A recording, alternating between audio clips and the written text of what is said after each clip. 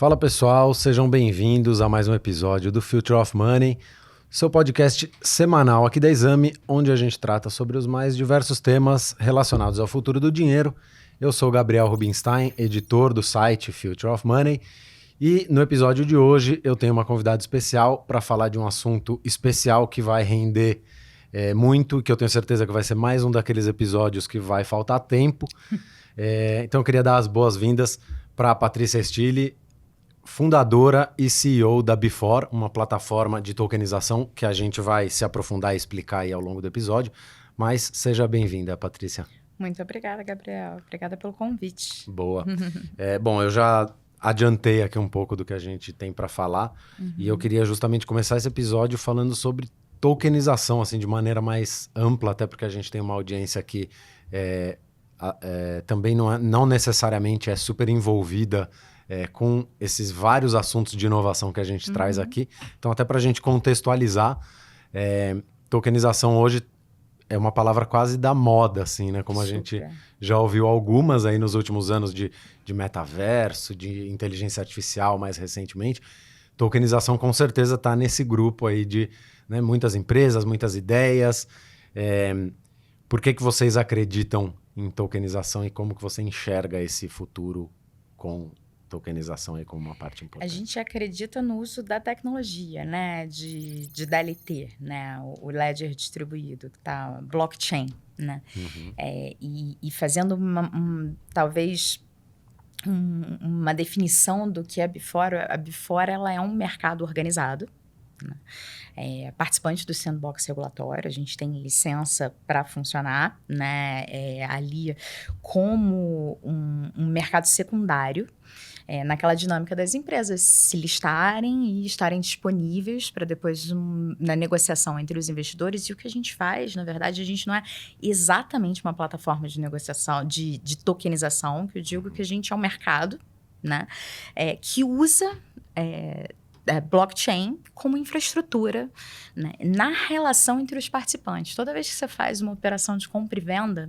de um ativo, vamos supor, a gente, seja na Before, seja em qualquer outro mercado, bolsas, por exemplo, existem vários participantes envolvidos para a gente conseguir executar aquele trade. Né? E a relação entre esses participantes tem uma série de processos e validações. E na nossa visão, a gente consegue melhorar, né, e trazer mais eficiência ao longo do tempo, ampliando o uso da tecnologia para ir mudando a relação entre esses participantes, do acesso à informação. Legal. E aí a Before, então, ela é como uma bolsa de valores, mas que usa uma infraestrutura em DLT, ou com a tecnologia Isso, uma blockchain. parte da infraestrutura em DLT, e a gente vai expandindo. Acho que a gente vai explorar muito o que a gente faz e qual é a visão de futuro aqui no Papo, né? E você falou do sandbox da CVM, que para quem não conhece, como o próprio nome sugere, né, uma caixa de areia ali, um espaço de testes, um espaço controlado, onde as empresas selecionadas podem desenvolver seus modelos de negócio inovadores, como se estivessem no mercado, mas nesse ambiente em que a CVM está monitorando tudo. A CVM ela permitiu que a Before faça a emissão de ações de 10 empresas, e aí vocês conta um pouco em que momento que vocês estão, como que está sendo esse processo dentro do sandbox. Perfeito. A CVM a gente tem licença para fazer listagem tanto de ações quanto de renda fixa. Nós começamos por ações, né? Ao longo desse ano a gente está parametrizando para começar a fazer alguns ativos de renda fixa também. E essa lógica do sandbox eu considero que foi uma oportunidade muito grande, porque o sandbox a gente tem uma licença que vai estar ali delimitada, né, a determinados limites. Por exemplo, a gente pode listar companhias de até 300 milhões de reais de faturamento ano dentro da nossa licença, com autorização para fazer operações de até 100 milhões de reais. E o que a gente trouxe de novo, assim, que foi uma marca ali da iniciativa, né? Só falando um pouquinho do Sandbox antes, foi um edital público da CVM, a CVM 29, em que muitos participantes de mercado tiveram a chance de submeter seus projetos. Foram 34 submetidos, no final um se retirou.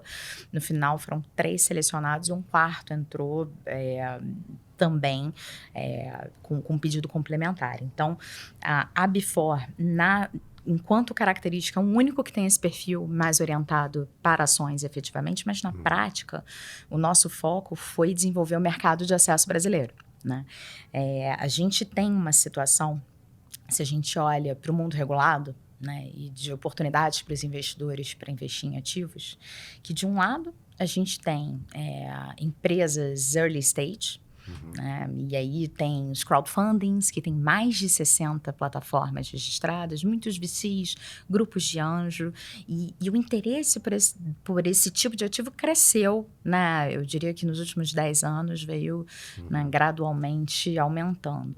Na outra ponta, na centenária B3, né, fazendo emissão de empresas naturalmente muito mais maduras, até porque os pré-requisitos para você conseguir listar uma companhia no formato tradicional, né, não é uma régua baixa, né? Você precisa ter uma musculatura, uma organização da empresa já mais madura.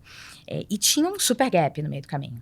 E a Before veio para ocupar esse espaço, para desenvolver o mercado de acesso, que fora do país você tem Londres, a AIM, da London Stock Exchange, a Toronto, a TSX Ventures, você tem na Coreia do Sul também um business de mercado de acesso, que é justamente o que a gente chama da PMEs, né? As SMEs lá fora. Então, isso é muito importante para o desenvolvimento do mercado brasileiro, porque, inclusive, aumenta o número de ativos elegíveis e ajuda na capacidade de financiamento das companhias, que o Brasil, as companhias ficam muito atreladas à dívida, os juros são altos, e até um determinado tamanho, você tem alternativas poucas para as empresas se financiarem, né?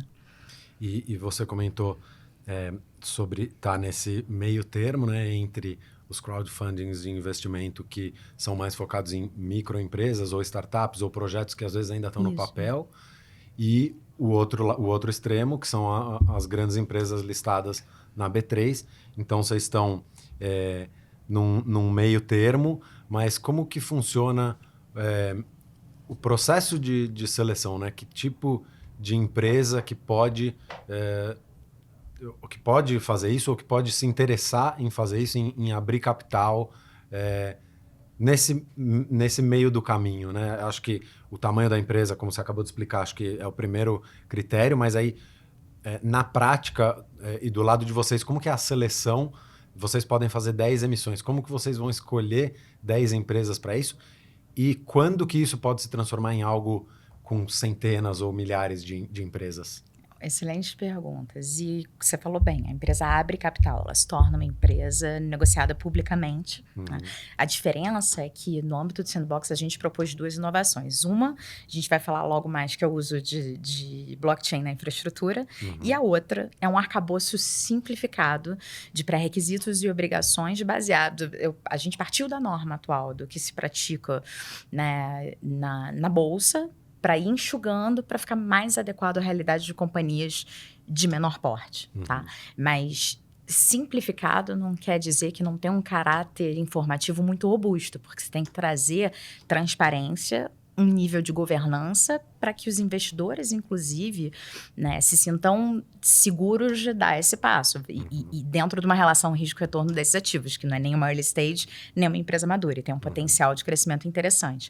A seleção dos ativos não é bem uma seleção, porque quando a gente é uma infraestrutura de mercado, uma entidade administradora de mercado, você não vai fazer juízo de valor de vou colocar uma empresa em detrimento dessa. Porque, na verdade, você tem uma série de manuais. No nosso site do Before, você tem vários manuais de pré-requisitos e tem um de listagem, admissão e negociação, que tem todas as regras que as empresas precisam seguir. E uma vez a empresa seguindo e conseguindo ancorar ali a oferta pública dela e concluir a oferta pública com sucesso, ela entra no segmento. O que acontece é que, como a Before ela hoje ela é menos conhecida, porque a gente tem pouco tempo desde que a gente começou, a gente faz um esforço de ativação muito grande. Então, a gente vai tentando direcionar, né, para aqueles business que a gente acha que são atrativos, né, e aquela capacidade de convencimento. Mas a gente vai chegar nesse momento que a gente vai listar centenas de empresas e esse momento é um momento que a gente amplia a nossa capacidade de distribuição e que a gente vai estar com a licença definitiva, né? Hoje, a gente está no Sandbox. O Sandbox nosso acaba dia 6 de junho. Até 6 de junho, a gente tem um prazo de fazer todos os pedidos de licença definitiva, que já estão sendo bastante organizados, para fazer a transição para virar um mercado organizado com licença de depositária e de balcão organizado. Tá? E nesse meio tempo, a gente avança na agenda que a gente já iniciou de conectar com as corretoras. Né? Uma particularidade que a Before teve no Sandbox é que não adiantava a gente chegar para as corretoras de forma ampla, que é quem tem a base dos clientes, né? Quando você vai operar, por exemplo, na B3, você vai através de uma corretora. Com a Before não é diferente, né? Mas o que a gente fez? Não adiantava a gente chegar para as grandes corretoras brasileiras, né? E dizer, olha, tenho aqui um mercado novo que a gente vai criar no PowerPoint. Não rola isso. Tenho aqui uma ideia. Tem aqui uma ideia. Mais uma, né? E então, o que a gente fez? A gente conseguiu uma autorização com a CVM de montar um canal próprio, né? Cumprindo com todas as regulações que a corretora precisa cumprir ali, né, para tratativa de cliente, a 30, a 35, a 50 são resoluções que suitability tudo. E a gente construiu uma base própria, pequena, porque não era o nosso foco criar uma super base, isso exige um esforço de aquisição de cliente, marketing digital, você sabe. Mas muito para uma lógica de soft launch. Então, a gente fez 4 listagens até então, e essas 4 listagens a gente está fazendo com esse canal próprio. Em novembro do ano passado, a gente anunciou as 2 primeiras corretoras, que é a Itaú e a corretora do Genial Investimentos. Então, agora, o que a gente está? Migrando os clientes dessa base para a Genial, né? E concluindo a integração com as corretoras para começar a operar, né, unicamente com os intermediários, que é o business que a gente idealizou desde o início, já numa fase de expandindo canal para fazer muito mais, como você falou. É isso que falta para a gente chegar às centenas de empresas listadas e desenvolvendo canal. E Patrícia, você estava há pouco comentando sobre o prazo do Sandbox, né, em junho, e o Sandbox, desde que ele foi lançado, desde que foi criado o edital, ele sempre teve um prazo definido, né? Os participantes sabem que ele não vai durar para sempre, afinal é um ambiente de testes. Claro. Como que vocês enxergam o pós-Sandbox? Existe a possibilidade de eventualmente esse prazo que você falou de junho se estender? E mesmo que de uma forma ou de outra, se estendendo ou não, como que você enxerga a Before depois de encerrada essa etapa de ambiente controlado? O que precisa para que seja possível ter uma empresa com esse modelo de negócios prosperando e funcionando de maneira saudável sem esse ambiente que existe hoje?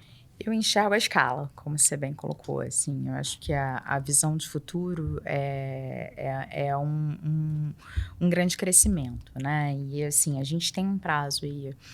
O Sandbox teve 12 meses, prorrogável por mais 12, né? E o prazo da licença da Before especificamente é 6 de junho. Então, com isso, a gente já tem até essa data para colocar todos os pedidos de licença definitiva. Mas o que a Before fez desde o início? A gente estruturou um time olhando para uma infraestrutura de mercado tradicional, inclusive, para cumprir com o arcabouço regulatório. Tudo que a gente tem de desconto em cima da regra no âmbito do Sandbox, ao longo desse período, desde o início, a gente foi meio que fechando os gaps, né? De forma que a gente agora está no momento de estruturar esse pedido.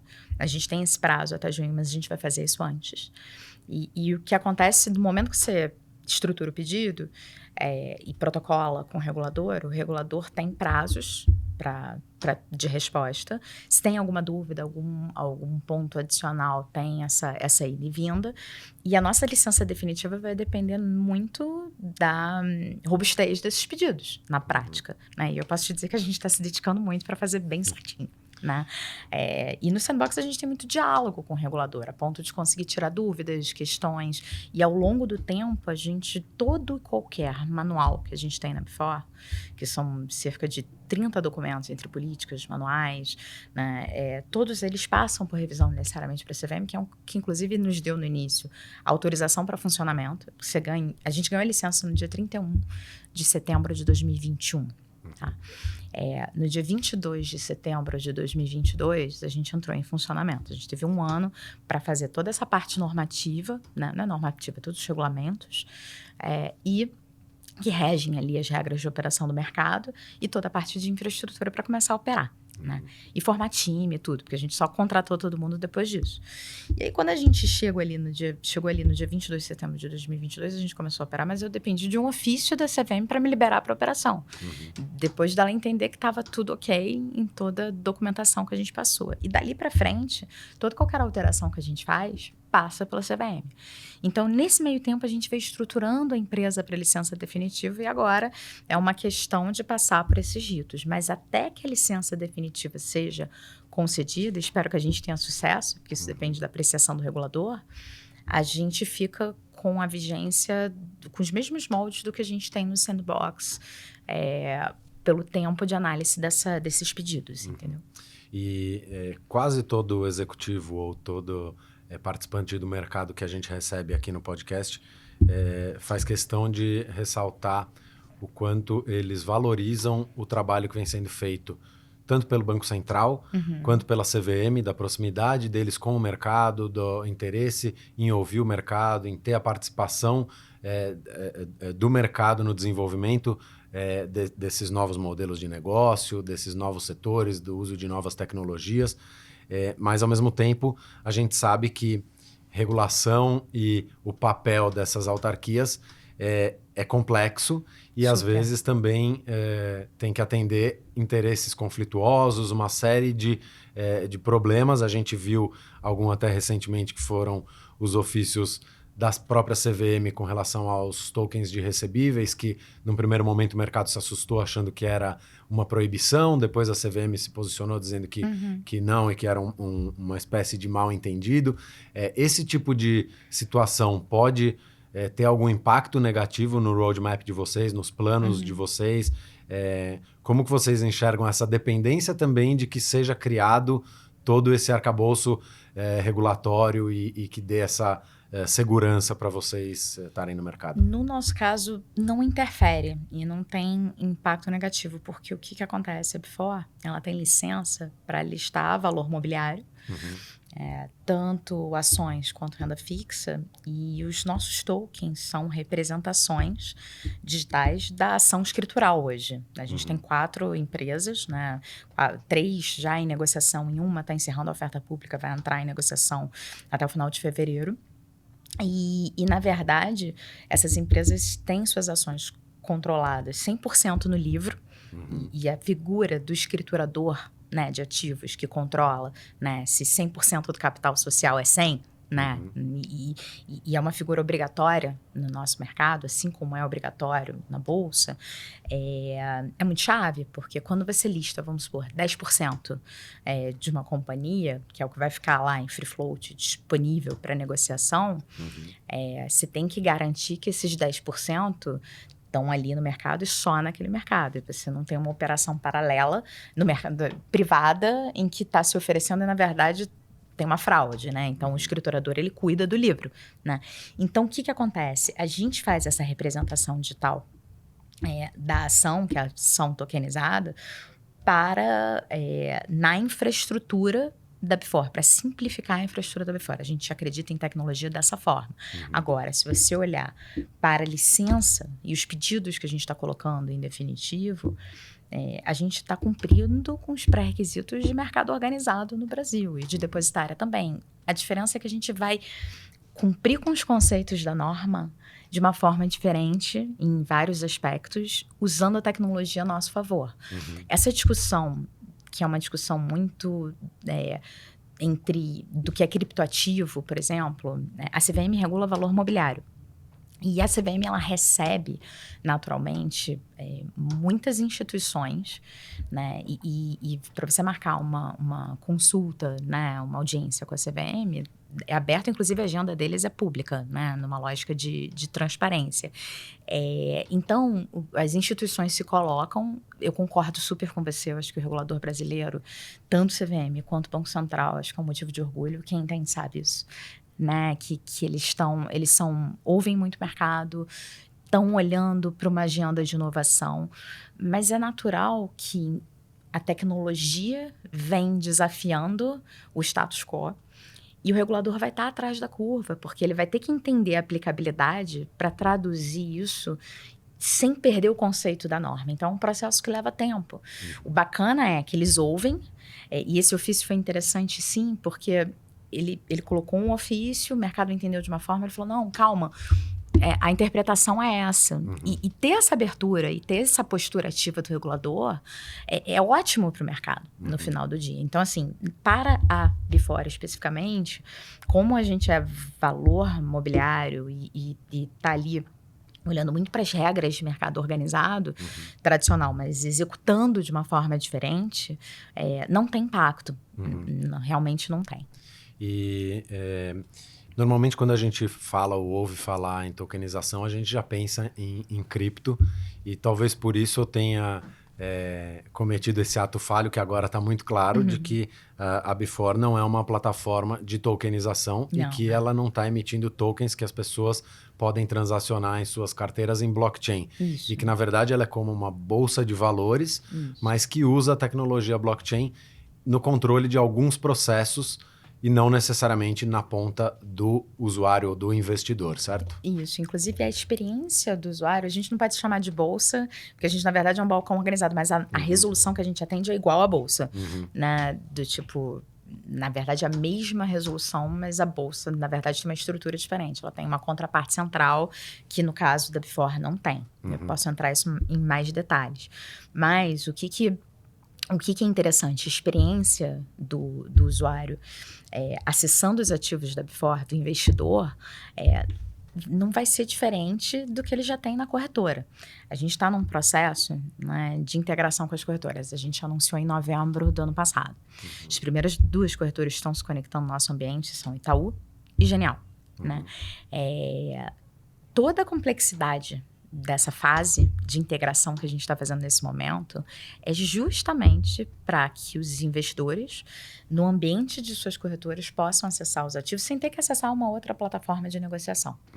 E aí, a Before, os ativos da Before, viram uma classe de ativos dentro da carteira global ali do investidor. Né? E a beleza da coisa está essa, e a gente está nisso, e a gente usa, na verdade, a tecnologia na infraestrutura desse mercado, na relação entre os participantes. E aí o investidor não precisa ter uma carteira em blockchain para transacionar tokens em blockchain.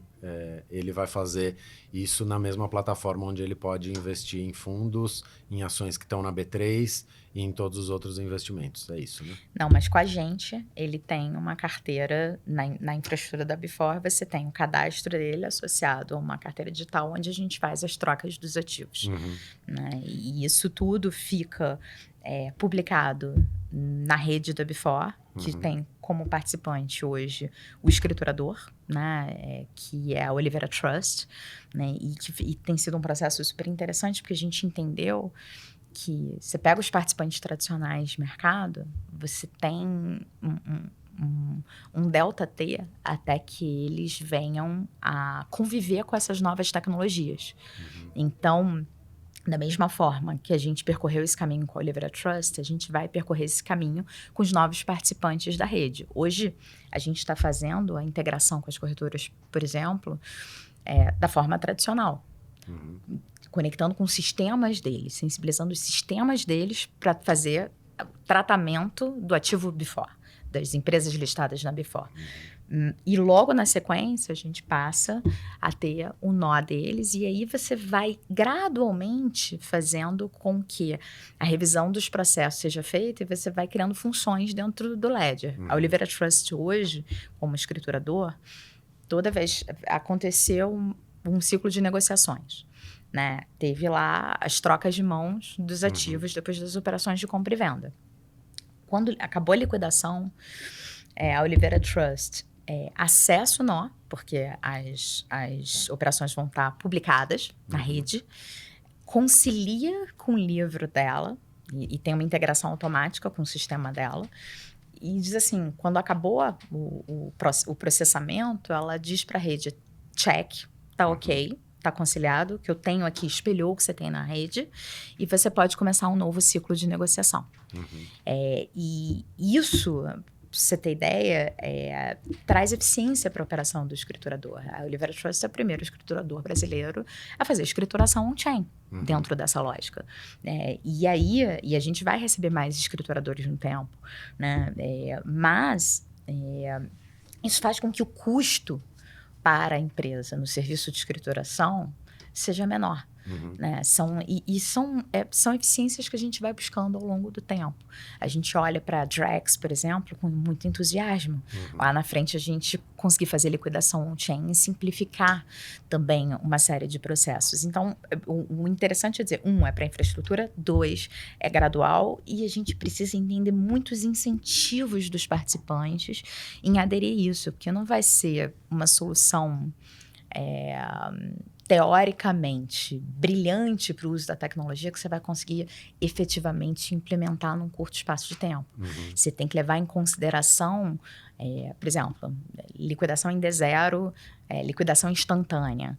Uma corretora tem uma parte de processamento das operações e é um determinado horário do dia. Como que isso se dá? A gente precisa ser muito sensível à forma como o mercado funciona, como a tecnologia vai ajudar e como a gente vai alinhar os incentivos e fazer desenhos aplicáveis, efetivamente. Entendeu? E para vocês, existem outros benefícios além da redução do custo de escrituração com o uso da tecnologia blockchain? E eu pergunto porque a gente sempre, assim, eu falo a gente, são as pessoas que são entusiastas da tecnologia, e há muitos anos que se espera o uso de blockchain para otimização de processos do mercado tradicional.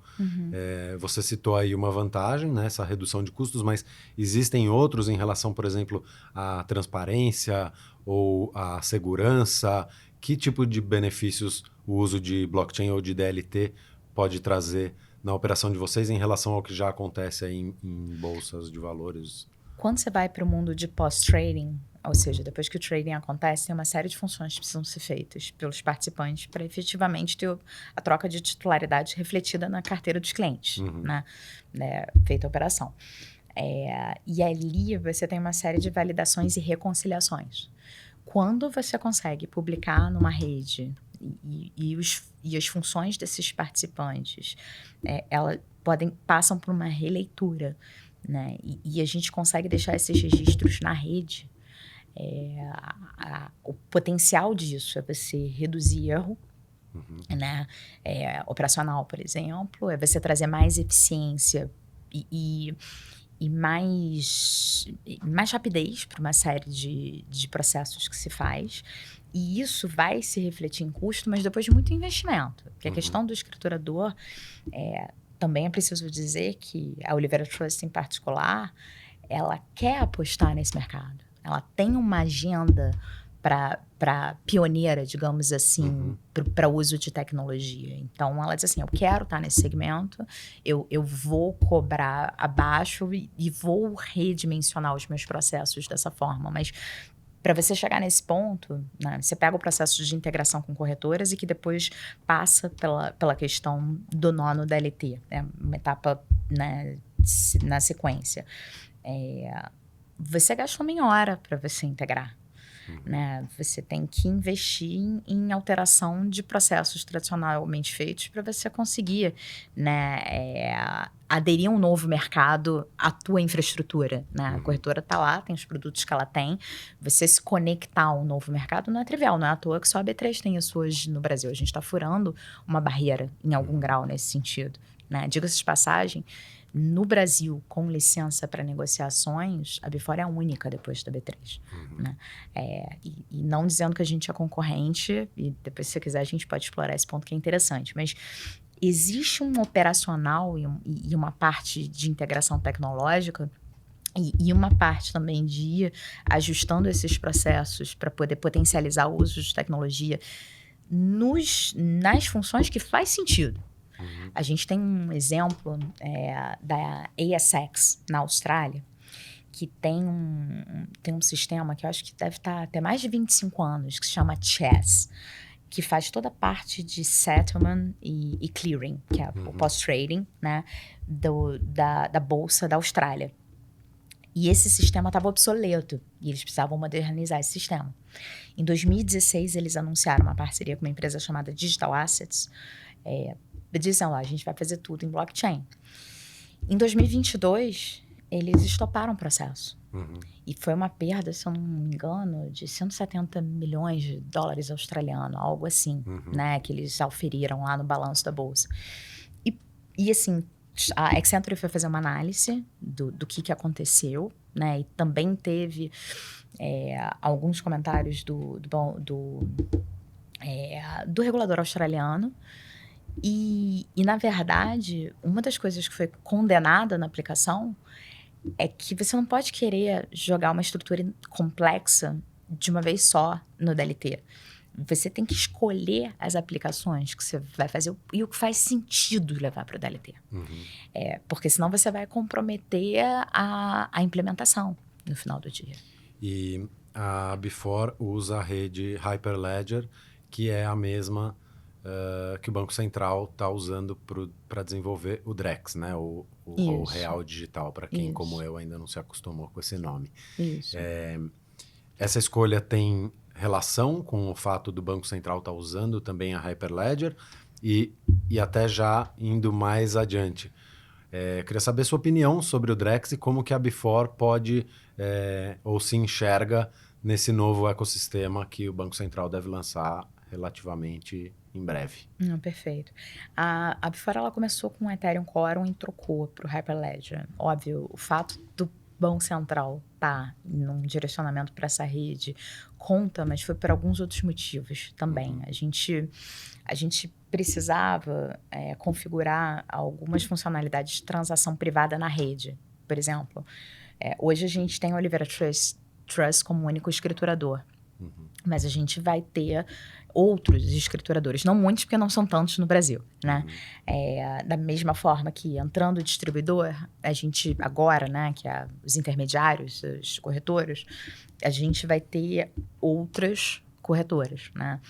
E aí, a gente queria subir um módulo de transação privada para que no nó daquele participante ele só conseguisse ter acesso efetivamente às transações que são pertinentes a ele, ou seja, aos clientes dele, no caso do distribuidor, e no caso do escriturador, as empresas que contrataram ele para a escrituração. E a gente viu no Hyperledger uma facilidade maior para conseguir executar isso. Né? E aí, no caso a questão da visão para o Drex, e o fato do Drex estar usando Hyperledger hoje, pela nossa leitura de tudo que a gente, né, acompanha, porque a gente não está no piloto, né, a gente não é uma instituição pertencente ao sistema de pagamento brasileiro, nem uma instituição financeira, é que o Hyperledger eles direcionaram, mas não quer dizer que é definitivo, porque o piloto não acabou, né? Por isso que eu não poderia dizer que é a única... se continuar nessa linha vai ser bom, porque é EVM, é compatível, seria também com Ethereum, né? Mas a questão foi muito mais por essa funcionalidade e tudo, mas sendo a mesma rede facilitaria. Mas o ponto no caso do Drex, para a gente, emissão de moeda digital de Banco Central é transformacional. E aí nem só para Before. Eu vou explicar as repercussões, mas A gente acredita, assim, que liquidação on-chain, né, e o Banco Central, assim como o Banco Central da Suíça veio sinalizando muito que a rede vai ser, né, de participantes, né, ali, muito provavelmente de participantes do sistema financeiro, vai ser para participar de uma rede, né, que tem o Banco Central. Você vai ter que cumprir, provavelmente, muitos pré-requisitos de segurança e de infraestrutura que você está lidando, né, com um ambiente de alta complexidade, né? Então, você vai ter, muito provavelmente, participantes do sistema financeiro nacional numa lógica de atacado, wholesale, fazendo as emissões de moeda de Banco Central, se relacionando nessa rede, tendo em cima os modelos de negócio para liquidação, né? Então, a gente olha com muita atenção, porque liquidação on-chain, para a gente, pode facilitar muito o processo de post-trading e com moeda de Banco Central, né? Que é aquela coisa de usar para liquidação de aplicação financeira. E para fora isso vai ser transformacional. Então, se hoje a gente está numa lógica de ter o escriturador na rede, vai expandir para os distribuidores e para os outros participantes de mercado, se daqui a, numa agenda do Drex 2026, 2027, conseguir fazer liquidação com moeda de Banco Central, né, vai ser completamente transformacional para a gente e para outros modelos de negócio, de mercado também.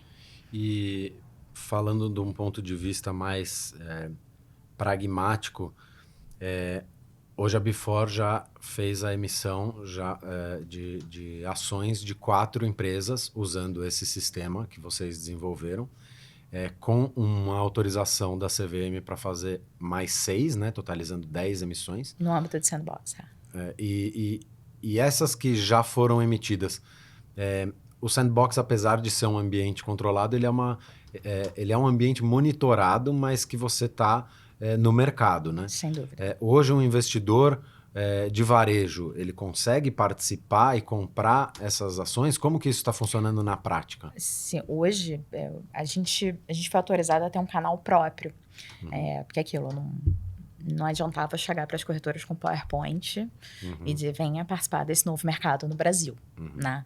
Então, o que a gente fez? A gente atendeu aos critérios, né, que os intermediários, as corretoras têm no que tange normativa mesmo com os investidores, são 3 resoluções, e a gente foi construindo uma base de clientes muito numa lógica de soft launch.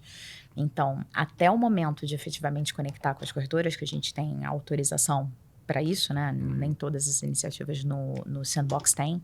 Na realidade, nós somos os únicos. A gente, assim, vamos ter um canal próprio. A gente investe, né, um orçamento para aquisição de clientes. A gente mostra esse mercado funcionando e a gente faz o move para a integração das corretoras, né? Então, a gente está justamente nessa fase agora de migrar os nossos clientes. A gente anunciou a Itaú Genial, como eu falei aqui. Os nossos clientes estão sendo migrados ali para Genial, né? O varejo, né? Digamos assim, porque o Itaú ele começa com uma lógica de olhar para o private, né? E foi interessante porque as 2 corretoras têm um perfil muito complementar, né? E aí, acabando esse processo, a gente opera só com intermediário. Entendi. Tá? E aí segue na evolução. Depois de estabilizar essas 2 corretoras, e qual a grande mudança daqui para frente? A gente estava com um canal próprio, que tinha um orçamento para custo de aquisição de clientes. A gente chegou a quase 6 mil clientes cadastrados. 1/3 disso, um pouco menos, operando com posição efetivamente. E a gente fez movimento, a gente mostrou que funciona. Pregão semanal, tentando construir um mercado do zero, né? Trazer a atenção dos investidores para quarta-feira, que era a antiga dos títulos públicos. Apesar desse trend de 24/7, não adiantava aquela coisa boring, espaça, quase sem operação, né? Então, a gente fez isso, botou 3 empresas em negociação, a 4ª está entrando. E agora, com as corretoras entrando, a gente vai fazer mais operações e operações maiores, né? E aí, com isso, você traz também gente para o secundário para operar esses ativos que já estavam. Então, num primeiro momento, vocês tinham um canal próprio onde os investidores interessados se cadastravam e poderiam comprar e vender as ações ali, e agora vocês vão migrar para as corretoras plugadas. Um primeiro momento é a Genial. Genial e Itaú. E no futuro a ideia é que tenha várias corretoras, como acontece, por exemplo, com a B3, em que todas as corretoras estão plugadas lá. É isso, né? Isso. E a CVM nos autorizou 2 primeiro, a gente mostra que está estável, e aí depois a gente consegue, isso no âmbito do sandbox, depois da licença definitiva não tem essa trava, porque você falou um negócio muito importante e a percepção correta. O sandbox, ele acaba que é um ambiente monitorado, mas você está no mercado, né? E o que acontece dentro dessa lógica é que a gente tem alguns limites. E, por exemplo, quer dizer que eu não posso conectar uma terceira corretora ainda no âmbito do sandbox? Não necessariamente. Se eu pedir para a CVM mostrar que o meu ambiente está estável, ela pode aceitar, entendeu?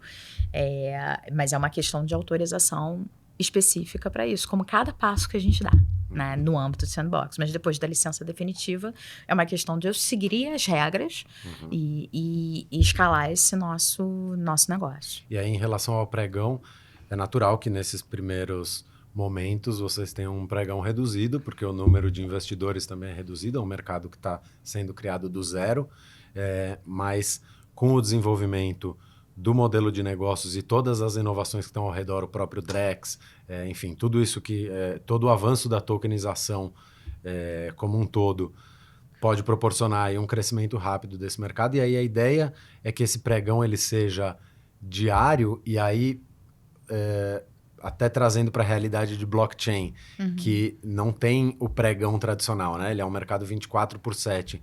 A ideia é que essa bolsa de vocês também seja 24/7 ou que seja um pregão como o mercado tradicional? Qual que é a perspectiva em relação ao funcionamento desse mercado? E para o 24/7 tem repercussões nos participantes, ou seja, nos intermediários. Tem uma discussão muito grande anterior à DLT, que lembra lá atrás que a bolsa era D3? Hoje é D2, né? E em bolsas pelo mundo inteiro, que tem bolsas em D2, D3, tem um mapa até muito interessante sobre isso. Tem a discussão sobre liquidação em D1. Mas você não só tem um fluxo operacional dos intermediários, ou seja, das corretoras todas que operam, né, para isso, como os mercados são capilares. Tem outras coisas em jogo com relação a isso. Por exemplo, cross-border payments, tipo fluxo financeiro que vem de fora do Brasil. E você tem que ter um banco correspondente no Brasil. A realidade, por exemplo, de liquidação em D0, a realidade, por exemplo, pressupõe que CBDC, né, e não só o lançamento de moeda de Banco Central, mas a interação entre os bancos centrais aconteça para você conseguir ter esses pagamentos entre países mais eficientes para não ter esse lag. Isso é a partir de liquidação. Agora, funcionamento efetivamente de pregão depende muito das rotinas operacionais dos participantes que estão envolvidos. Com certeza, né? Se você vai ampliando, isso vai ter repercussão em equipe também, vai ter repercussão em custo também, porque é um casamento do que a tecnologia te ajuda, mas tem muita gente processando a operação ali por trás nos moldes tradicionais. E atendimento e uma série de isso. outras. Então, assim, eu acho que a coisa avança nesse sentido com o equilíbrio desses vetores, digamos assim, sabe? Agora, se a gente vai expandir o pregão de um dia para outros, com certeza, mas o que vai ditar isso é o aumento do volume. Agora que a gente passa para as corretoras, trazendo a sua base de clientes para operar, você vai ter um natural aumento de volume. E a gente passa a ouvir, no final do dia, não é diferente de qualquer outro business, o foco é no cliente. Então, quem que representa o cliente? As corretoras, né? Os vendors. Então, se daqui a pouco eles começarem a dizer: olha, vamos expandir. Acho que aqui a gente vê que os clientes, num determinado horário tal, são mais ativos. O que você acha de abrir nesse horário? A Bifor está aqui para ouvir e para se adequar para essas realidades, para conseguir prosperar e fazer esse mercado, né, ficar muito relevante no Brasil. E no começo do nosso papo aqui, eu até fiz uma brincadeira do termo tokenização ali com o que a gente passou com metaverso, com inteligência artificial. No caso de tokenização, a gente tem ouvido falar muito sobre isso nesses últimos meses, em várias frentes diferentes. Tem até aquelas pessoas que falam sobre a tokenização de tudo. Eu queria saber um pouco a sua visão pessoal mesmo, em relação à tokenização no sentido mais amplo, assim. Você acredita que, de fato, a gente vai migrar para um modelo em que os investimentos tradicionais vão ser tokenizados de alguma forma, vão estar usando tecnologia blockchain de alguma forma, que coisas que hoje a gente, às vezes, nem para muito para pensar, mas que poderiam ser tokenizados, como documentos de identidade, transações, e até falamos disso no especial do Real Digital aqui no Future of Money sobre transações, por exemplo, de compra e venda de veículos. Enfim, a gente pode pensar em trazer para uma representação digital 1 milhão ou infinitos processos e coisas do mundo real. Você acredita que isso vai acontecer ou você acha que são soluções pontuais, que são casos específicos que vão ser tokenizados? Eu sou uma completa entusiasta do uso de tecnologia de forma ampla, né?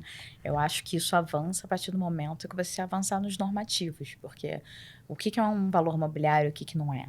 Né? Quem que vai regular isso ou não? Porque qual é o perigo disso até que isso aconteça?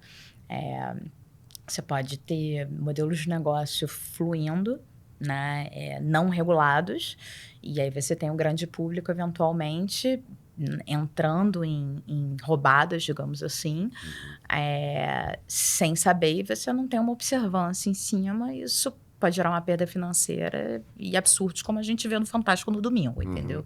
Nunca vejo Fantástico no domingo, mas assim, de forma ampla e popular, é isso que eu tô querendo dizer. Mas qual é o ponto aí?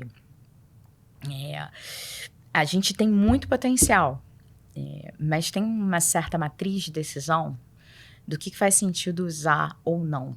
Né? Eu acho que sempre o questionamento, quando você vai falar do uso de tecnologia em si, não da tokenização de ativo, faz sentido usar? Não. Vai trazer sim ou não? E tem uma série de perguntas que você precisa responder para isso. E na parte de tokenização, a parte de fracionamento, a questão da forma como você estrutura as emissões, tem muito ganho. Tem muito ganho. Então, a minha pergunta minha resposta, na verdade, a partir do momento que você tem uma normativa do Banco Central clara para isso, no que diz respeito à competência dele.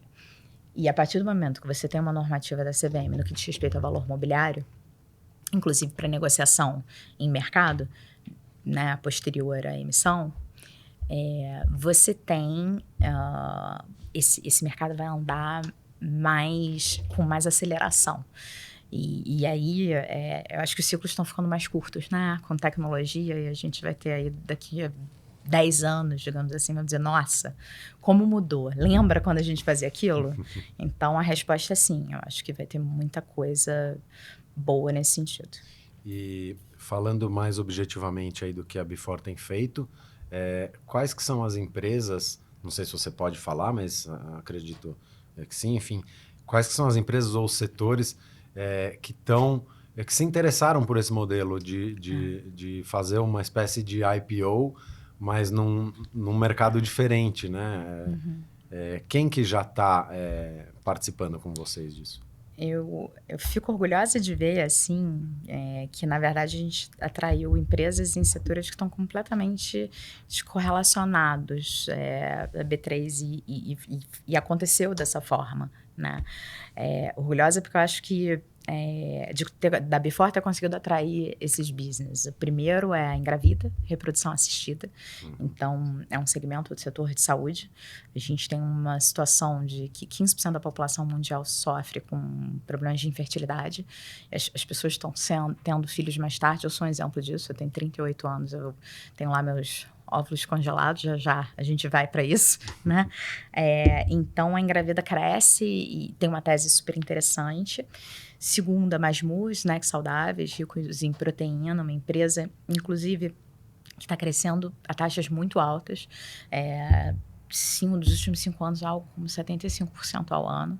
Inclusive, depois que ela foi listada na Before, ela foi alvo de aquisição numa operação privada da British Tobacco.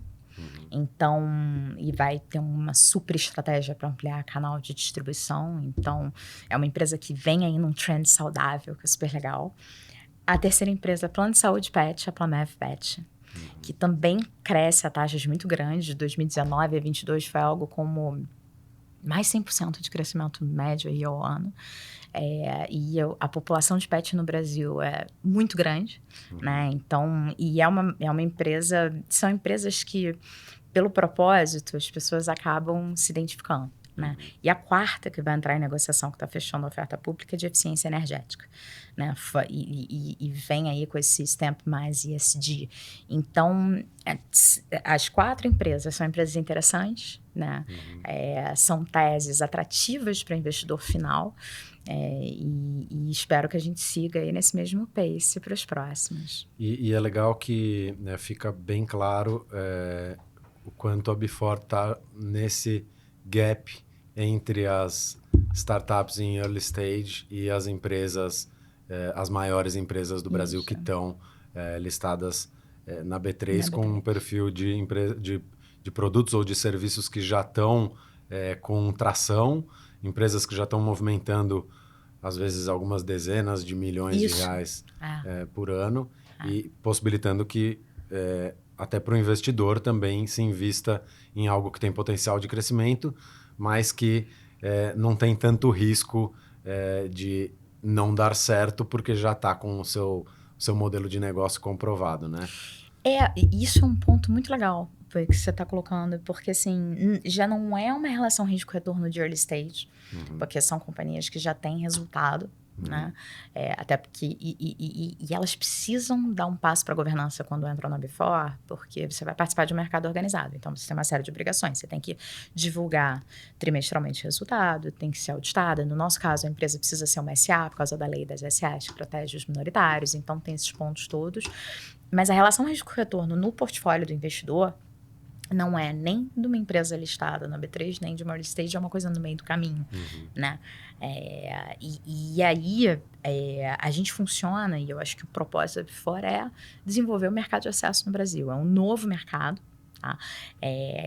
Que ele está ali antes do perfil das empresas que a B3 costuma listar, até pela questão do arcabouço obrigatório que precisa ter essas empresas, o custo disso e essa questão da inovação que a gente trouxe no Sandbox, de um arcabouço simplificado, porém responsável, mas que seja mais adequado ao porte dessas companhias, né, de até 300 milhões de faturamento ano, a gente vai aí para a licença definitiva, né, vai depender, óbvio, da apreciação do regulador em todo o processo, mas a gente espera, né, trazer escala e não é uma questão de, você é competidor da B3, a gente nunca falou isso, e a gente nunca pensou nisso ali nas discussões com o mercado, porque a pegada aqui é assim, a gente está mais para celeiro, na verdade.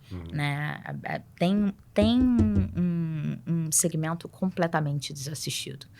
A gente trabalhou na XP, eu e o Rodrigo Fisman, nós somos cofundadores, né? Somos cofundadores do Grupo Solon, que idealizou a Before, atraiu o investimento da Núclea, que é um player fortíssimo no mercado, né? Mas o nosso DNA é XP. Né? E aí na XP, o que a gente teve acesso, que foi um pouco o embriãozinho do que a gente está fazendo hoje? Tem empresário pelo país todo, porque como a gente acessava grandes investidores pela rede, por trás dos grandes investidores estão os empresários, que acumularam fortuna ao longo do tempo, mas eles estão muito mais preocupados de endereçar a questão do crescimento das empresas dele do que o crescimento do portfólio dele de ativos líquidos, tá? Então, dentro dessa lógica, a gente tem muito negócio que está fora do radar da Faria Lima e de um segmento que são empresas que podem se tornar as grandes empresas do amanhã. A Before está aí para isso. Né? E aí você pega modelos, né? Você pega, por exemplo, Pactual, Bradesco, Itaú, XP, Genial, as grandes corretoras, né, elas se conectando, você tem a questão da capacidade de distribuição de trazer os clientes, mas elas também têm seus privates com empresários, que vão acessar. Também tem a parte de investment banking, que estruturam operações já para mercado mais maduro, e vão ter um novo segmento para poder atuar. Então, eu acho que é nisso que a gente está mirando. E hoje, na B3, você consegue investir em ações da própria B3. Existe a possibilidade ou o plano de que vocês listem a própria Before nesse novo mercado? Isso na B3 aconteceu num movimento de desmutualização que aconteceu nas bolsas pelo mundo. Algumas antes, né, ainda na década de 90, a B3 foi em 2007, 2008, se eu não me engano. E são instituições que já estavam muito maduras, né? Na Before, você me falava, você sonha em fazer isso? Sim, porque você chegar nesse momento significa que você é... Né? Mas eu acredito que a gente tem que estar bem mais maduro em termos de passos, achievements no mercado para chegar num ponto desse, né? Porque pressupõe uma determinada governança, porque quando você vai listar no seu próprio ambiente, a gente acredita que tem que ter mais resultado, inclusive financeiro. A gente está muito no início, só para você ter ideia.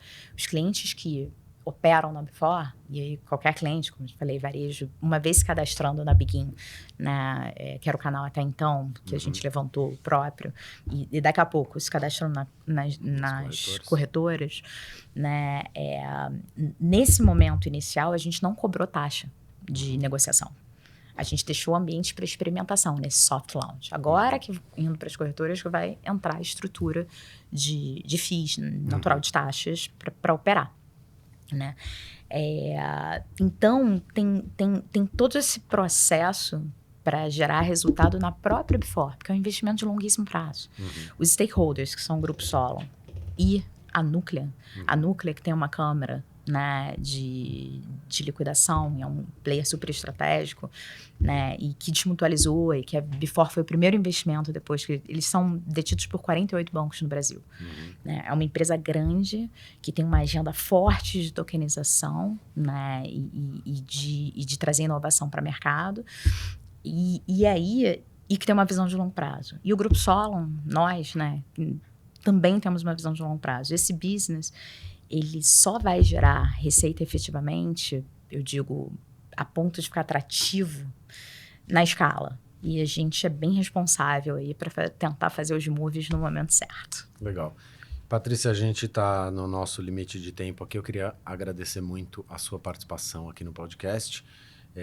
Acho que o papo foi bem legal para explicar não só sobre a Before, mas sobre esse novo mercado e uma nova frente que talvez as pessoas não enxerguem aí sobre tokenização, né? Acho que, como a gente até falou aqui, quando a gente fala em tokenização, todo mundo pensa em algo único e, na verdade, são infinitas as possibilidades. Então, obrigado pelo papo, pela presença. E queria também deixar um espaço aí para você falar para os nossos ouvintes como eles podem chegar na Before, qual é o caminho para quem quer saber mais ou, de repente, investir nas empresas que estão sendo listadas lá. Então, fica à vontade. Claro. Olha, hoje, entrando no site da Before, before.com.br, BEE4.com.br, como investir, você vai ser direcionado para o canal atual, né, que é a Begin, e logo na sequência, as corretoras que estiverem atuando com a gente, quando a gente fechar essa etapa, vão conseguir fazer o cadastro direto dos clientes, né? Então, a Before, ela está aberta, né, para investidores no geral. É só concluir cadastro, acessar o ambiente de negociação. A gente hoje tem 3 empresas de negociação, está entrando a 4ª. E tão logo a gente finaliza esse processo de integração, a gente vai começar a fazer novas emissões para trazer para o nosso ambiente, né? É isso. Então, eu acho que, assim, queria agradecer pelo espaço, né? E é um prazer poder falar do nosso negócio, da nossa visão, num papo tão bacana e num espaço que fala do futuro do dinheiro, né? Eu acho que tem muita coisa boa para a gente ir conversando ao longo dos anos, porque são múltiplas fases para fazer esse mercado próspero e pujante do jeito que a gente acha que vai conseguir. Né? Legal. E a gente vai estar acompanhando de perto aqui no Future of Money para justamente trazer esses detalhes aí, todas as inovações e novidades sobre o futuro do dinheiro. E para você que está nos assistindo, obrigado por nos prestigiar aqui mais uma vez. Não esquece de seguir o Future of Money nas redes sociais. A gente está no Instagram, no TikTok, no Twitter. E, claro, não deixe de acessar o Future of Money dentro da Exame.com, onde a gente tem todas as notícias em tempo real sobre o futuro do dinheiro. É isso, a gente vai ficando por aqui. Até o próximo episódio. Tchau.